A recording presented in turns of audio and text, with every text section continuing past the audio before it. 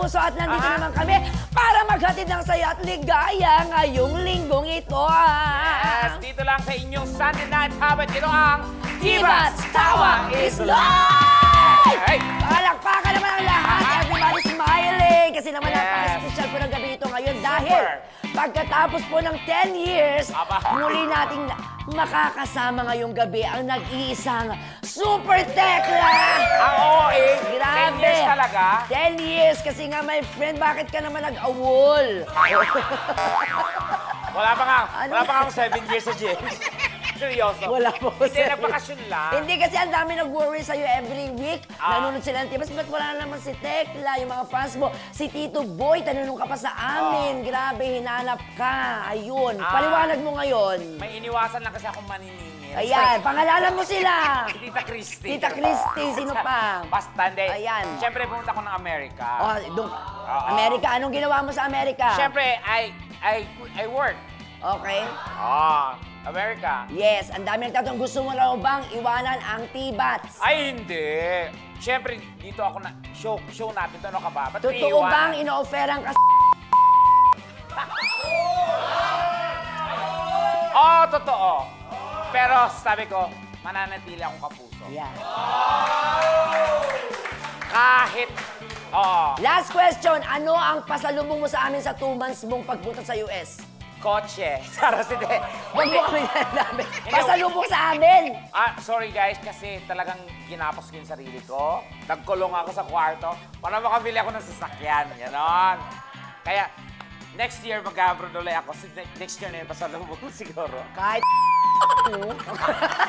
hindi, ang importante, nandito ka! Oo. Yun! Kasi, diba, ang dami nawala, ang daming kailangang bawiin. Kasi my friend, walang kasing sayang Tibats kapag yes, wala ka, diba? Oo kaya, naman. dapat andito ka palagi, okay? Andito na ako, friend. Hindi, okay mag-virtual kang ganyan. Hindi ka naman nagpapadala kasi. Naku. Anyway, I miss you. Grabe. At mas lalo pang sasaya po ang ating gabi dahil makakasama na. Tignan mo, pagbalik mo, dumating din sila, Grabe. 4 na miyembro po mga kapuso ng longest running gag show sa Pilipinas. Walang iba kundi ang Bubble Gang! Grabe!